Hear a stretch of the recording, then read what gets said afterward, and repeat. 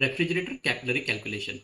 तो कैपिलरी का कैलकुलेशन करने के लिए कंप्रेसर का मॉडल नंबर पता होना ज़रूरी है, फिर रेफ्रिजरेंट का पता होना ज़रूरी है, एवापरेटर टेम्परेचर पता होना चाहिए, रेफ्रिजरेशन कैपेसिटी बीटीयू में या फिर वॉट्स में पता होनी चाहिए, और नंबर ऑफ फीट मतलब कितनी कैपिलरी लगनी है ये पता होना चाहिए।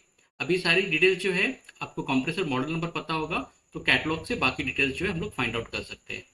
तो यहाँ पे हमने जो एग्जांपल लिया है वो वर्लपूल का है, ASD43KL कंप्रेसर का मॉडल नंबर है, और बाकी डिटेल्स इस कैटलॉग से पता चल जाएगी।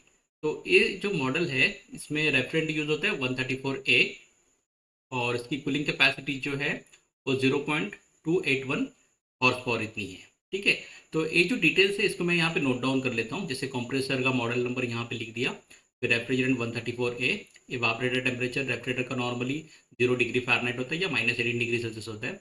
रेफ्रिजरेशन कैपेसिटी जो है वॉट्स में यहाँ पे 209 वॉट्स।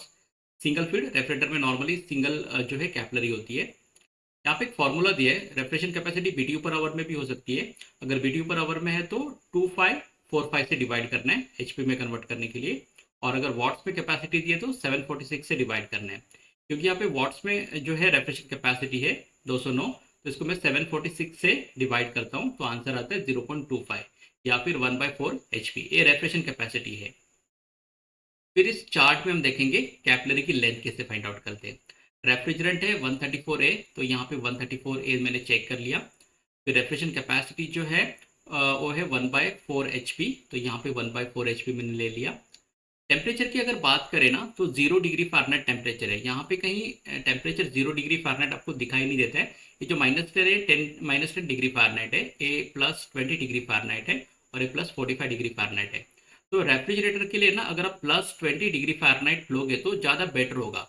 ये सही ये नहीं है, सही टेम्परेचर नहीं है। सही टेम्परेचर यही होता है 0 डिग्री फ़ारेनहाइट, बट यहाँ पे ऑप्शन नहीं है। और आप जब इसको लेके कैलकुलेट करोगे ना, +20 डिग्री फ़ारेनहाइट को अगर लेके आप कैलकुलेट करोगे तो जो है अप्रॉक्सीमेटली जो वैल्यू है नियर बाय आती है। इसके लिए मेरा रिकमेंडेशन ये है कि आप 20 डिग्री फ़ारेनहाइट को कंसिडर करके कैपिलरी की लेंथ फाइंड आउट कर सकते हो। ओके, एक बार ये सारी इन्फॉर्मेशन आ गई तो क्या करना है, रेफ्रिजरेशन कैपेसिटी 1/4 ना इसके सामने हमें देखना है।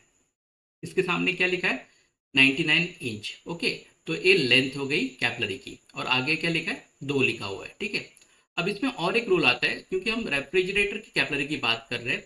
रेफ्रिजरेटर में जो कंडेंसर होता है वो नेचुरल ड्रॉप कंडेंसर होता है, या फिर इसको स्टैटिक कूल कंडेंसर कहते हैं, जिसमें फैन लगा नहीं होता। जब भी स्टैटिक कूल कंडेंसर होता है तो उसमें जो लेंथ होती है उसमें 10% ऐड करना है। इसके लिए कैपिलरी लेंथ मैंने यहाँ पे लिखा, जो वैल्यू हमें मिली 99 इंच, और इसमें मैंने 10% ऐड कर दिया। तो 99 का 10% कितना हो गया, 9.9। इसको ऐड करने के बाद में क्या हो गया, 108.9। ओके, तो इसको अप्रॉक्सीमेटली 109 इंच हो गया है। तो इसको अगर हम फीट में कन्वर्ट करते हैं तो ये 9 फीट इतनी क्या होती है, कैपिलरी की लेंथ होती है। ठीक है, अब ए हो गई लेंथ। अभी बोर डाया भी फाइंड आउट करना है, उसके लिए चार्ट जो है यहाँ पे दिया हुआ है। ये जो 2 लिखा हुआ है, इस 2 का मतलब होता है BC2, और BC2 के आगे अगर आप देखते हो तो क्या लिखा है, इनसाइड डायमीटर 0.040। तो जो बोर्ड आया हो कितना होगा, 0.040 इतना बोर्ड आया होगा। तो पर्टिकुलर अगर ए कंप्रेसर का मॉडल है तो इसके लिए जो कैपिलरी लगनी है वो 9 फुट की कैपिलरी लगेगी, और बोर्ड आया कितना होगा, 0.040 होगा। ये जो चार्ट्स है इसकी जो लिंक है मैं डिस्क्रिप्शन में दे दूंगा, वहां से आप डाउनलोड कर सकते हैं। Thank you very much.